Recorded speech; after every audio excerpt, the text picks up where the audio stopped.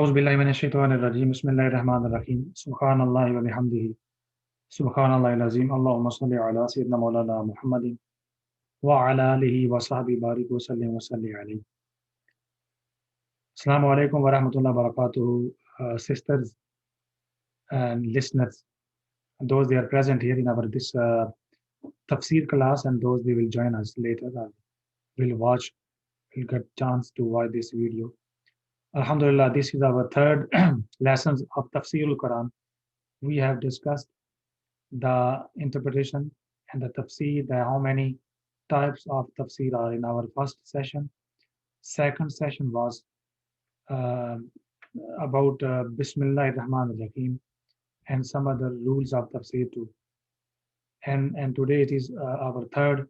Directly, we have discussed the name of Surah Al-Fatiha, how many names are and what are the meanings, and Surah Al-Fatiha's blessings too. Today officially we are going to start Surah Al-Fatiha and the translation of Surah Al-Fatiha, and then explanation. Explanation means the tafsir of Surah Al-Fatiha officially. So I am going to recite Surah Al-Fatiha for the blessings, and then one by one the verses I will be translating in easy English. Like A'udhu Billahi Minash Shaitanir Rajeem. Bismillahir Rahmanir Rahim.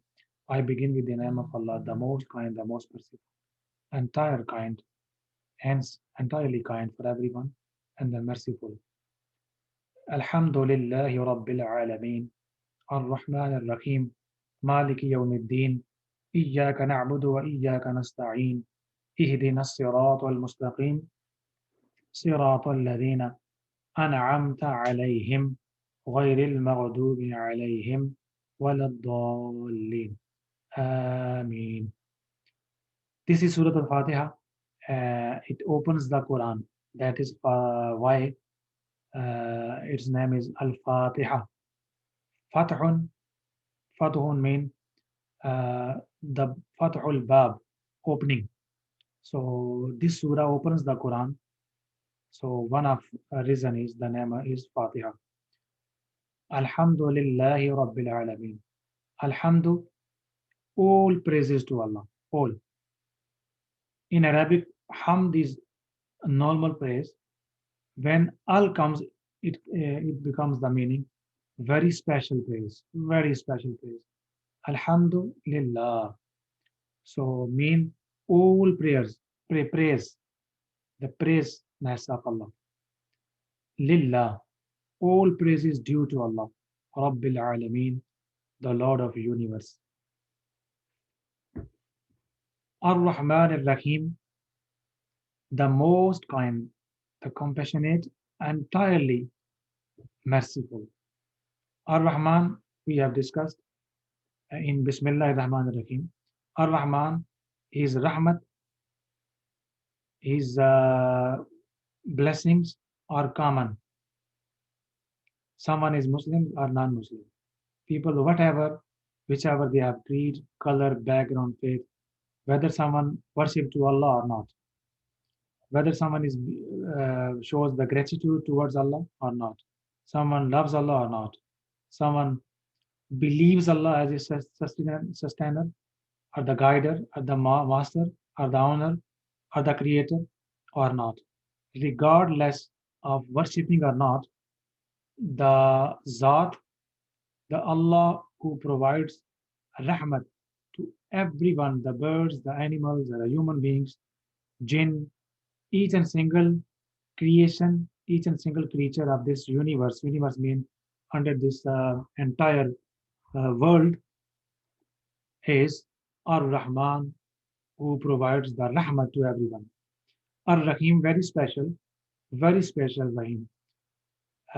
This is a small explanation. And then next, Maliki Yawmiddin. He is the owner of, Malik of. He is the owner, Maliki Yawmiddin, the day of judgment. The day upon good deed or bad deed, people they will be treated, and people they will be given punishment, or people will be given the paradise. So Malik Yawmiddin, and then after this, Iyyaka na'budu wa iyyaka nasta'in. O Allah Almighty, we worship you only. You alone deserve to be worshipped. Wa iyyaka nasta'in, and you alone we seek help from you alone. You you are deserve we you are the only powerful master, guider, sustainer, Rabb ar-Rahman ar-Rahim. We seek your help only. We don't ask to anyone else. Nor is compare or parallel force according to Allah Almighty to us to be helped. So Malik Yawmiddin, Iyyaka na'budu wa iyyaka nasta'in. Allah Almighty, we worship you only and we worship you. We seek from you help only. Ihdina sirat al-mustaqim. Allah Almighty, guide us on righteous path, straight path. Sirat al-ladhina an'amta alayhim, the path of those your favorite ones, your beloved. غير المغضوب عليهم ولا الضالين.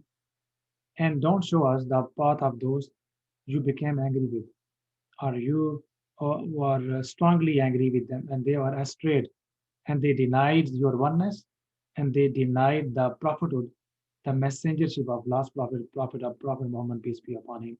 Instead, they worship you only. Instead, they praise you only. Instead, they consider you Rabb, master, guider, sustainer, Suvan, the owner of this universe. They worship to you, they worship idols, they worship human beings, they worship something else. So because of their bad deeds and bad actions, you became angry with. So, and then Waladhalin, and the uh, very obvious strayed one. Maghdub and Waladhal, there are two words. The one or you became with angry with, and Waladhalin, the strayed one, they were misguided. Mean they were away. It means they were away and they are away from the great teachings of Islam. And what is Islam? Teaching of Islam, Quran and Sunnah. Sunnah mean hadith, saying, action, a teaching of the Prophet Sallallahu Alaihi Wasallam. And this is the more or less the meaning and understanding of Surah Al-Fatiha. Now I would like to explain few words, and then I will give chance to Kausar as well. She will explain few words as well. Alhamd, I will explain the meaning of Alhamd. Alhamd mean being grateful to Allah. One meaning, being grateful to Allah. So our tongue, we praise to Allah. Our tongue is praising. For Allah, you deserve to be praised. But if our action does not prove this praise, then it means we are not saying entirely, O Allah Almighty, all hamd and praise to you. So if with actions, if we say, Oh Allah, Alhamd, our tongue says, Alhamdulillah, all praise is due to Allah. And then our body, our actions, our soul, our each and single part of this body shows the gratitude. And what is showing the gratitude of Allah? 5 daily prayers. Our forehead say Alhamd by bowing and by putting our forehead on the floor in the shape of sajda and prostration. It is hamd of Allah. Our hand, when we say Allahu Akbar, our hands, the action of this hands raising up equal to ears, it shows the praise of Allah. Our eyes, when we say Allah Akbar, our eyes feel something. When we feel in our hearts, when our tongue says Alhamdulillah, praise to Allah, our heart feels connected with Allah Almighty. It is practically gratitude and praise of Allah. And when we bow, our backbone, our head, and our neck shows practical praise to Allah, Allah Almighty. And when we min ruku, when we sit down, so whatever our postures in the prayer and all bounds and all body, when practically perform the prayers of Allah in obedience to our tongue, when tongue says Alhamdulillah. So then practically we show Alhamdulillah, all praise to Allah, who deserve to be praised. And Alhamd. And why Alhamd? All praise for Allah? Because He is the owner. He is the creator of all creatures and creation. And why Alhamd to Allah? Because He is the master of judgment. Why Alhamd to Allah? Allah Almighty, many people they are astray, and Allah Almighty became angry. And our tongue saying Alhamdulillah, and our whole body in the shape of praise Allah and worshipping Allah, showing gratitude and grateful to Allah Almighty. Why alhamd for Allah? Mean why praise to Allah? When we see in this earth, Allah Almighty is very kind with the birds, very kind with animals, very kind with each and single creation. Many times people they don't pray to Him. Many times people they don't remember Him. They don't manage to worship Allah. Even then Allah Almighty is very kind with them. So again we say Alhamdulillah. And why Alhamd for Allah? Mean praise to Allah. We see people they if all the time is sun, if there is no rain, then people they can die because of the drought, lack of food and lack of water. That is why Alhamdulillah. So whatever we think the blessings of Allah, and blessings of Allah force us and compels us, we say Alhamdulillah. All praise to Allah. And here me let you know and tell you, Holy Prophet Sallallahu Alaihi Wasallam says, when we when we do something, we should start with Alhamdulillah. And Prophet Sallallahu Alaihi Wasallam says, now I am going to quote a few quotation. Hazrat Sumra, Imam Ahmad bin Hanbal, four school of thoughts, one school of thought. The great teacher and Shaykh is Imam Ahmad bin Hanbal. He narrates a narration from Hazrat Sumra radiallahu ta'ala anhu. Prophet Sallallahu Alaihi Wasallam said, after Holy Quran, there are four kalme, they are the greatest. And they are from the Quran. And one of them is Alhamdulillah. One of them is Alhamdulillah. And then Imam Ibn Jarir, from his narration, he says, Hazrat Abdullah ibn Abbas, he was a great mufassir of Quran, interpreter, he explained the Quran. He says, Alhamdulillah meanings being grateful to Allah Almighty, like I explained you in detail, and very obedience to Allah Almighty. And then Imam Muslim, Anas bin Malik radiallahu ta'ala narrates, he says, Prophet Sallallahu Alaihi Wasallam says, whenever we eat something, we should say Alhamdulillah. And when we drink something, after drinking, we should say Alhamdulillah. And Imam Hassan Basri, he says, saying Alhamdulillah, it is a great hasan. It is afdal from any sentence. So, and then Imam Ibn Majah narrates from Hazrat Ibn Malik radiallahu, Anas bin Malik radiallahu ta'ala. Whenever someone is given any sort of blessings, like in today's time and age, we eat food. Many people they are dying because of lack of food. In today's time, we have food on our tables in our lunch or dinner time.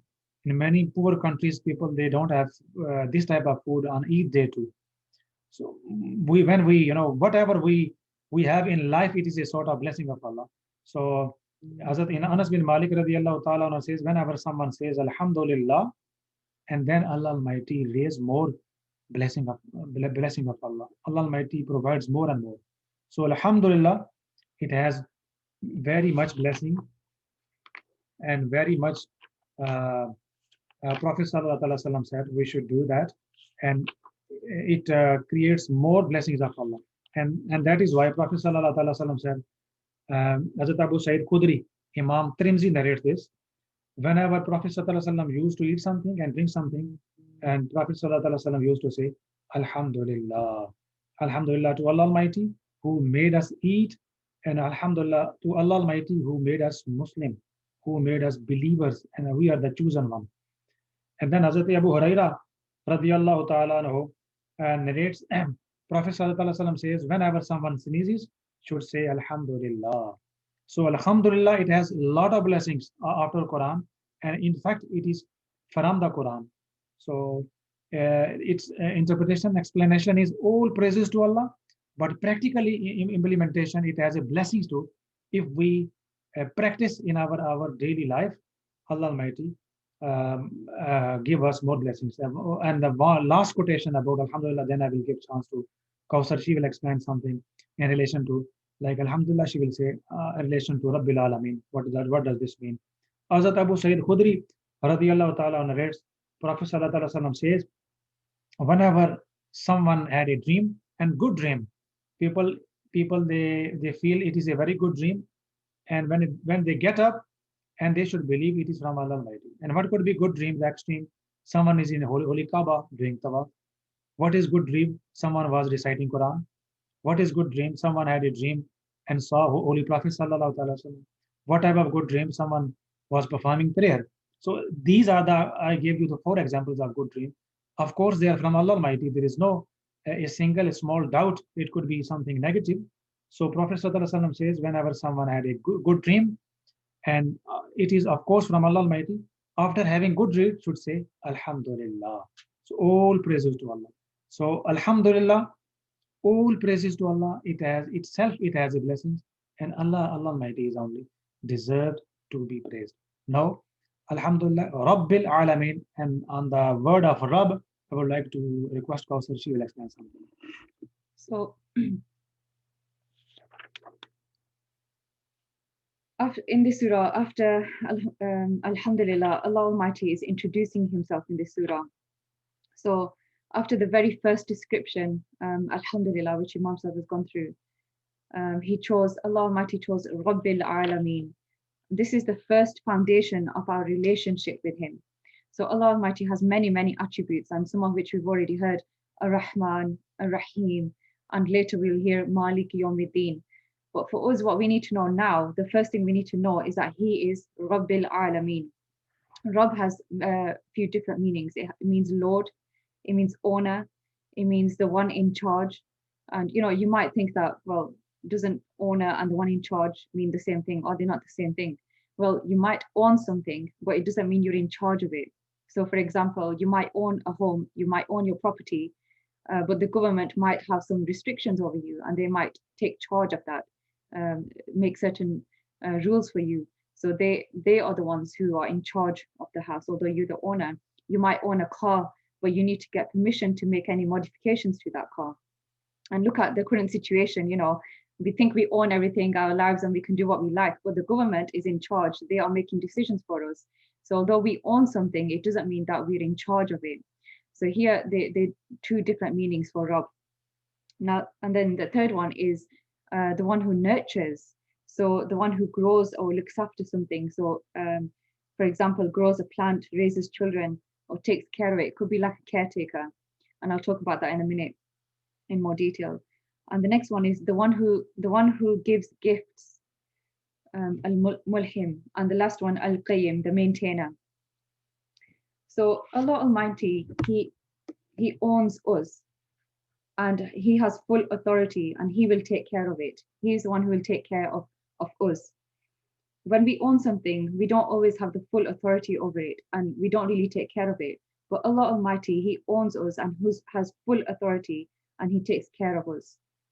So the next one was nurturer. Rabb means the one who nurtures. So just as our soul, our being that we are, Allah Almighty nurtures. Sometimes people, if you ponder and reflect on this, it has some really insightful meaning to it. And it's quite beautiful in the sense that Allah Almighty, He doesn't just own us and He doesn't just leave us to it, but He nurtures us until we reach the state of perfection that we are destined to achieve. So until we reach the level of maturity. So sometimes in life, we might go through good times, we might go through hard times. And this is Allah Almighty's way of nurturing us and taking care of us. Just as we take care of our children, we nurture them. Sometimes this is through discipline, sometimes it's through kindness, sometimes it's through different ways. So this is nurture. Allah Almighty as a nurturer. And you might think, why gift giver? What does Rabb mean in the terms of a gift giver? But Allah, whatever we have is definitely a gift from Allah Almighty. So when an employer pays you, is it a gift? When an employer pays you, it's not really a gift, is it? Because you earned it. You did something you made some effort, you gave your time, your resources, or whatever, your intellectual knowledge. You did something and you earned it. So it's not really a gift. But what Allah gives is never something you earned. And this is an important point to note, that if there's a shortfall in the pay, we can complain about it because you earned it. So if you've worked really hard, you've worked for the whole week, and you only got paid half of that, you can complain about it because you worked hard and you earned it.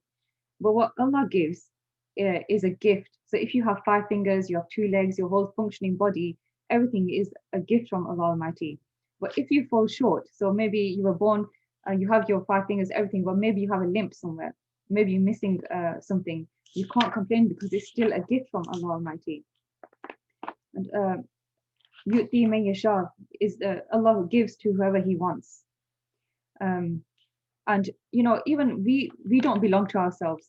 When we die, we say Inna lillahi wa inna ilayhi raji'un. To Allah we belong, and to Him we shall return. So even we don't even actually own ourselves. Allah Almighty owns us, and this is our life is a gift. We can own our house, we own our clothes, we own whatever we have. But when we die, this is proof that actually we belong to Allah Almighty, that Allah Almighty takes back what He owns. And the next one is Al-Qayyim, the maintainer. So we are not capable of living even 1 second, from 1 second to the next, by ourselves. Can anybody actually say that they can function by themselves, in themselves? You can't even blink by yourselves. We can't breathe, we can't inhale and exhale by ourselves. So this is Allah's Almighty maintaining us. This is Allah, the Rabb, who is the maintainer. And Allah is never absent from our life. He's always with us. And again, I'm going to talk about when we face difficult times, a person complains and says, where was Allah when I needed Him? Where was He? So actually, even though you might think that, but your whole being, your whole functioning, your heart is ticking, your lungs are functioning, everything is functioning, and you are not in charge of that. Allah Almighty is doing that. He is the one who is maintaining you. Now, the next one, which is actually quite important, about Rabb. Rabb implies automatically that we are His Abd. We are the servant. This is a relationship. Allah Almighty, some of His attributes don't have a relationship. So for example, the wise, the great, the high, they don't have a relationship. But then there are certain attributes of Allah Almighty that imply relationship. So for example, creator. Allah is a creator, so there must be creation. So this is a relationship. And in the same way, remember in the beginning, Allah Almighty, this is the opening of the Quran. Allah Almighty talked about Alhamdulillah, and then straight away He wanted us to go and focus on what is our relationship with Allah Almighty, and that is Rabb. He is the Rabb, and we are the Abd, we are the servant, we are the slave. So, and He is the owner. So we are automatically the servants. And sometimes, as for example, a student-teacher relationship, there's a student teacher who's teaching, but the students are not behaving as students. You might have a parent and a child relationship. The child may not behave or like the child of the parent. In the same way, we have a Rabb, we have a Lord, but sometimes people don't act like the Abd. They don't act like the slave. And the essence of the Quran actually is this relationship, that Allah is the Rabb and we are the Abd. We are the slaves of Allah Almighty. And we forget this. We might forget this every day, and we need to be reminded of that He is the Rabb and I am the Abd. And the English translation of Abd is servant, the slave. And if you look at human history, the slave is always a negative thing. A slave always wants to be free from his master. He doesn't want to be the slave of someone. He wants to be free. And the slaves are treated badly. They're put in chains and they're treated like animals in some cases. And the servants, they don't love their masters. They want to be free from them, and they don't praise them and they don't thank them. So Allah Almighty is the only Rabb that the Abd loves, praises, and thanks. And there's so much more that we can go into this, but I want to leave it up to there so you can add more to it.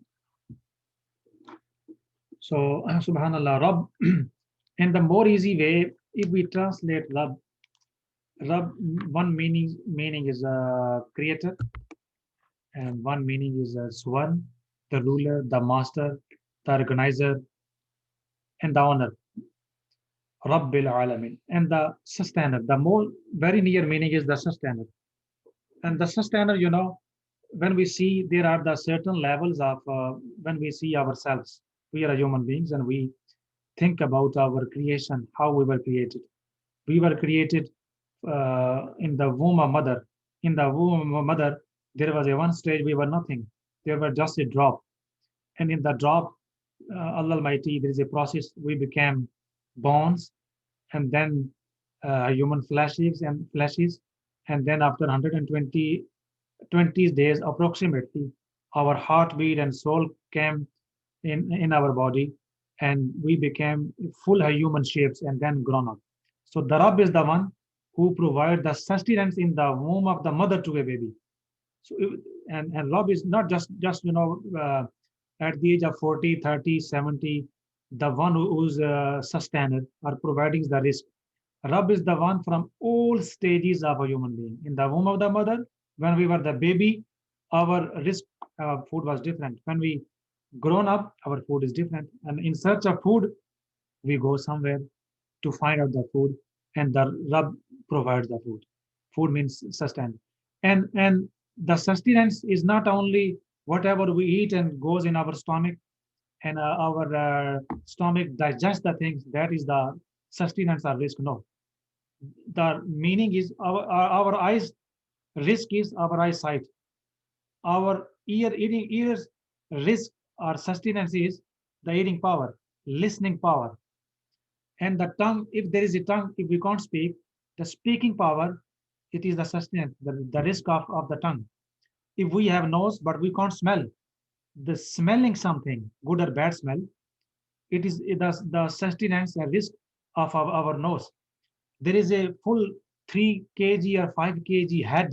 If we can't think what is good and bad, if we can't differentiate what is the respect of elders and what is the love and being merciful for the youngsters, and how we should behave with our neighbors, how we should behave with other human beings, with our parents, our neighbors, and so on and so on, society and humans in the society.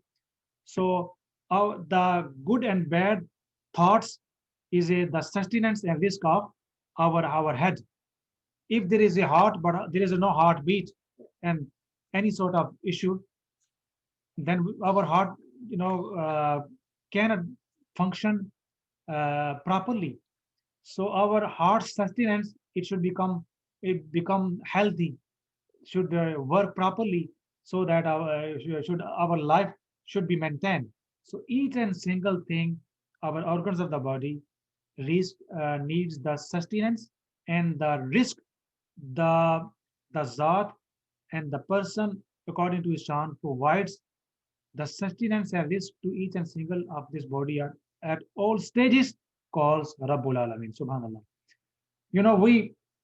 We have jobs. Once upon a time, we have jobs, and when we do our work and job, we get our sustenance, our risk, more or less. One upon time, is one of the Sufi, he was sitting, and a very small bird came. And Sufi, the Sufis, the friends of Allah, they always think positively, and they see in each and single thing the Rabb and the Allah. They connect each and single thing to Allah, with Allah Almighty. Our way of thinking is different. The friends of Allah, their way is thinking way of thinking is totally different too. So he was sitting under a tree.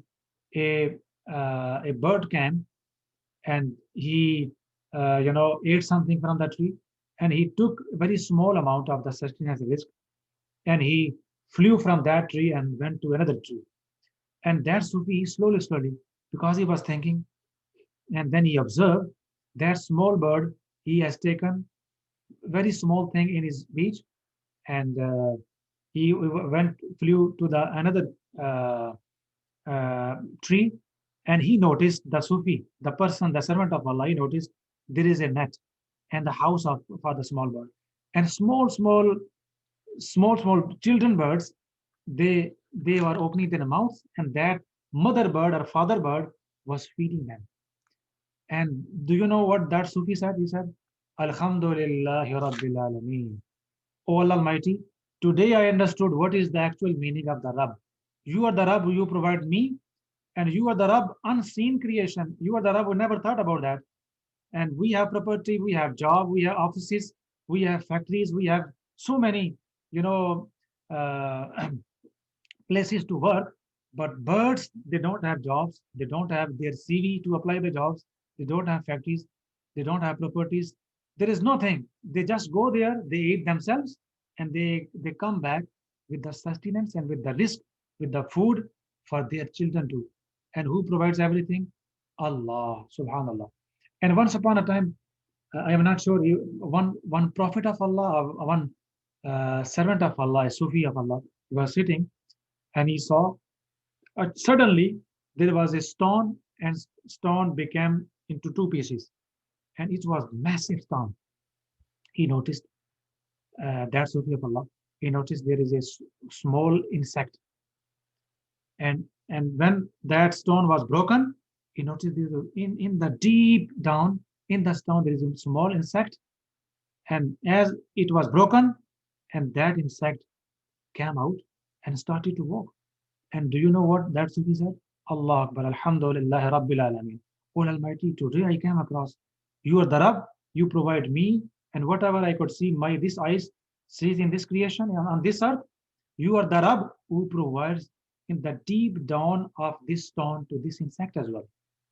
So Rabb has very deep meaning. And many people, complain in their lives. They are unhappy. They are not happy with their status. Whatever they possess, whatever they have their ownership, whatever they have in their capacity and their ability, they are unhappy. The one solution is Prophet Sallallahu Alaihi Wasallam says we should always see people they don't possess the blessings of Allah and sustenance and risk equal to us. They're always they have less. And then in this way we will be very thankful to Allah. Allah Almighty, they are suffering. I have job. More or less I are getting, many people they don't have jobs. Many people they have job but they are earning less. But mostly our complaints, my dear sisters and brothers, they who are with me here and later on they will watch this video. Most of the time our complaints about our life is we don't have this, we don't have this, we don't have this. Someone is earning this much, I am earning very less, I want to go that job, I want to go that job. Someone has this, I don't have this. We compare ourselves, people they have more than us. Prophets, this is wrong. From here our problem starts. From here we get depressed, we get upset, and we are ungrateful to, unthankful to. And negative thoughts we're getting, and negative thoughts affect us. And sometimes, in some cases, we can't sleep. And we think all burden and all sorts of difficulties for us only. Everyone is happy. This is not case. When you compare with anyone who possess more than us, and there is always who possess more than us. Okay. So when Prophet ﷺ says, "Falyanzur ila asfali minkum," we should look upon people they don't have. They have less than compared to us.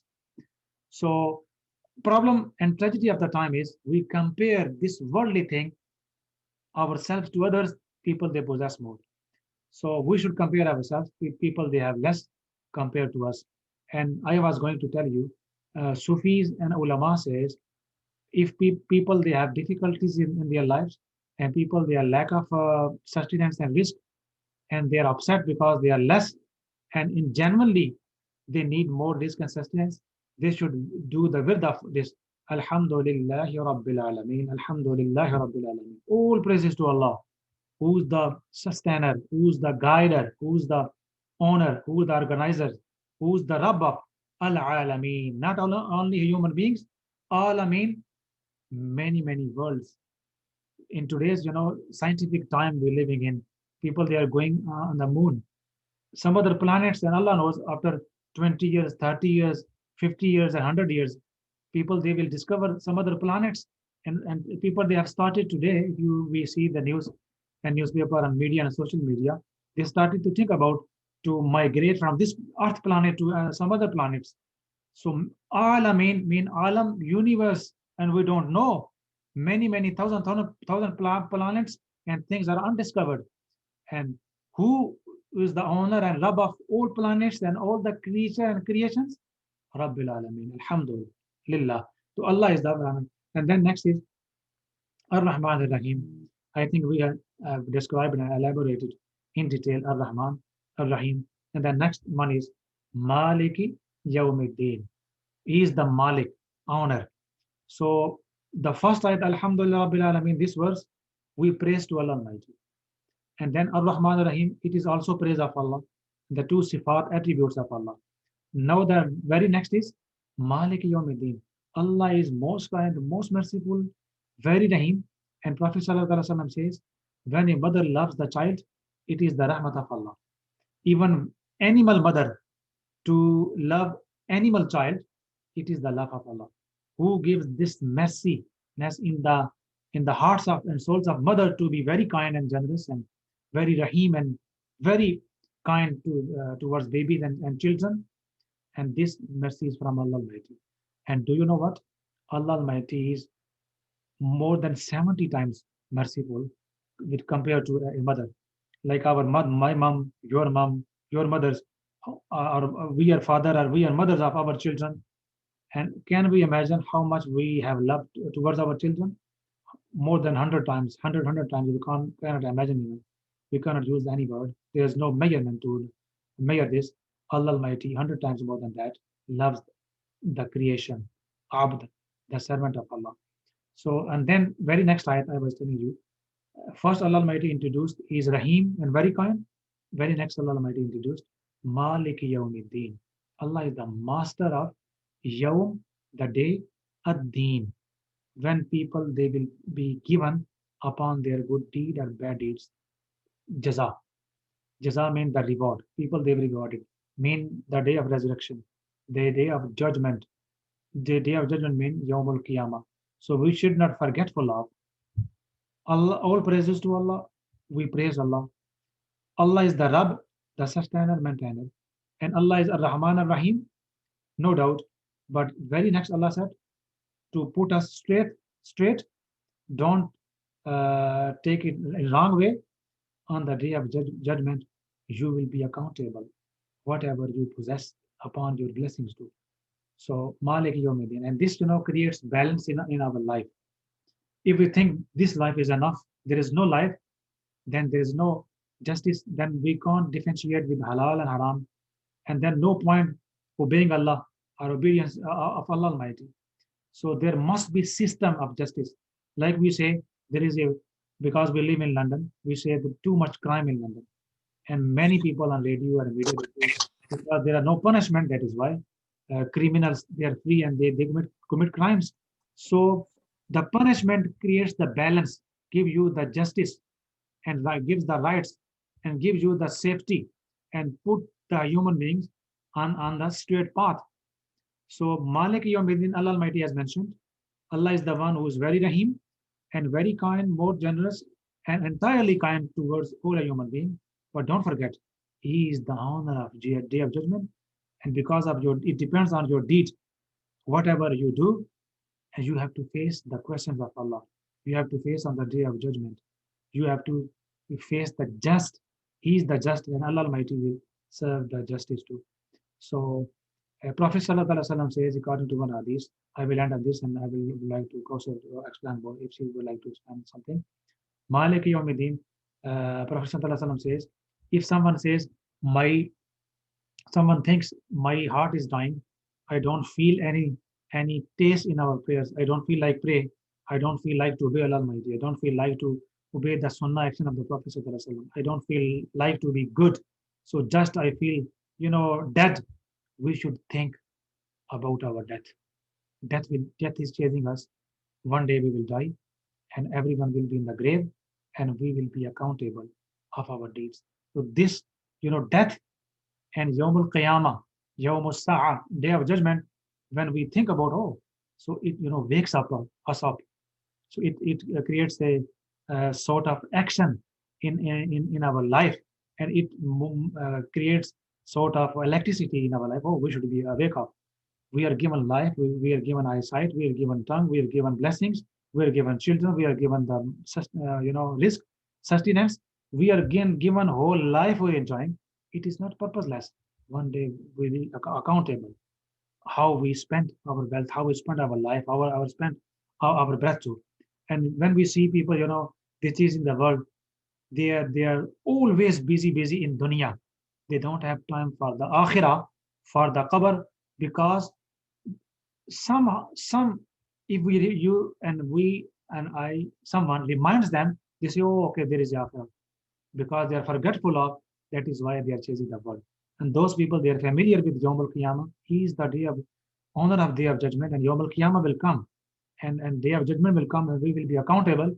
Then this thought put us straight, and then we cannot miss our namaz, our prayers, and we cannot be cruel, or we cannot commit brutality or any sort of criminality or any sort of evil thoughts, or bad deeds or sins, because the Yom Al Qiyamah, this fear, we are accountable to Allah Almighty, put us straight. If you like to add something.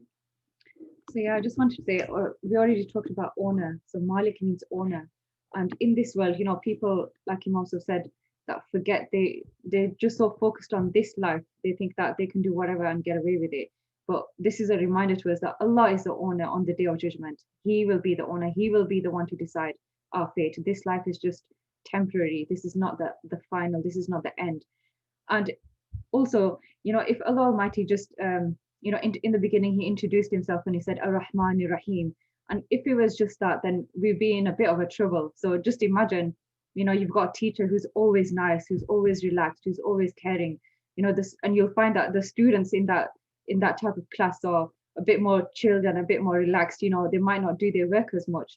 And so here, Allah Almighty said, yes, I'm Ar-Rahman Ar-Rahim. I'm caring, I'm loving, but also I am the master of the day of judgment. And I want to give this example of the story of a master and his slave. So the master says to the slave that you will reside in this room, but you can go anywhere, but just do not cross this line. Don't cross this line in the room.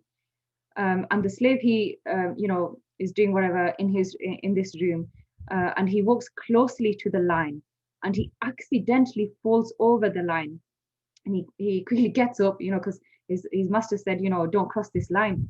So he gets up and thinking, oh no, and then he looks at the master, and the master is silent. So the next day, he puts 1 foot over the line.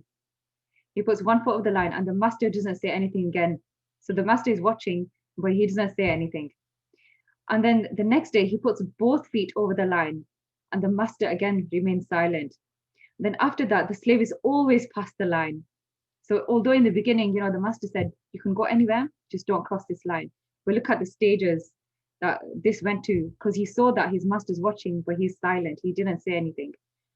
And then after that, the slave is always past the line. And after a few years, the master calls the slave and he says, remember I told you not to cross this line? And the servant's like, yeah, yeah.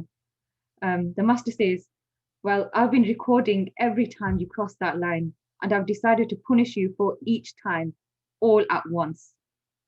So this is the relationship of our master and the servant, and this is Allah Almighty and us. So Allah Almighty has told us certain things, and he's recording and watching, and this is Allah Almighty saying that he's the master of the day of judgment, that he will be the one to decide, and he may be the one who punishes all at once. So Allah is Rahman Rahim, but he's also Maliki Yawmiddin, and this is the day of recompense, the day, and there's 2 types of people that will be judged on this day, that you can say from, based on Ar-Rahman Rahim and Maliki Yawmiddin. So the first time is Hisabun Yasira, the easy account, the people who will have an easy account. And the second type is the one that the people will be interrogated, and every single deed will be taken into account and checked over properly. So either you will be judged according to Ar-Rahman Ar-Rahim, or you will be judged according to Maliki Yawmiddin. Jazakallah khair. I think it is enough for today, and we will start next Iyyaka na'budu wa iyyaka nasta'in. And we pray at end of this session, may Allah Almighty bless all of us, and may Allah Almighty guide us. May Allah Almighty guide us in this world hereafter too. And our sisters, our mothers, our daughters, and our brothers, our elders, they are watching at the moment, and they will watch later. May Allah Almighty bless all of you too. So short dua, and inshallah, stay with us, and we will advertise next class. You can invite other people too from all over the UK. People, they have Zoom, especially it is for the ladies. You can participate, and your feedback is most welcome. You can give us your valuable feedback to Allahumma salli ala Muhammad wa sallim. ربنا آتنا في الدنيا حسنة وفي الآخرة حسنة وقنا عذاب النار. أستغفر الله رب العالمين. Allah Almighty, the most kind, the most merciful, guide us on righteous path, bless us with the true blessings, remove our difficulties. People, they are suffering any sort of illness anywhere, give them recovery and shifa for the sake of Prophet. Bless each and single person. They have participated in this today's class, and our sisters and mothers and brothers, they could not participate today. Bless each and single person who was related with our masjid, with us, Bless all her human beings and people, those believers passed away, illuminate their graves with the true blessings of Allah, forgive their sins and grant them Jannah. And one day we will die. Bless us with Jannah, forgive us, bless our children and future generation till the day of judgment. They should be Muslims and they should be believers and peace promoters of this world and give us the opportunity to live upon Islam and die upon Islam. And Allah Almighty, forgive our sins, give us the faith to perform Ziyarat Makkatul Mukarramah Madinah al Munawwara again in our lives. A lot of people they ask me for the different du'as. Well, I accept all jaiz du'as and supplications. People they request me time to time. وصلى الله تعالى على سيدنا مولانا محمد وعلى آله وصحبه أجمعين برحمتك يا أرحم الراحمين. جزاك الله خير. Thank you very much.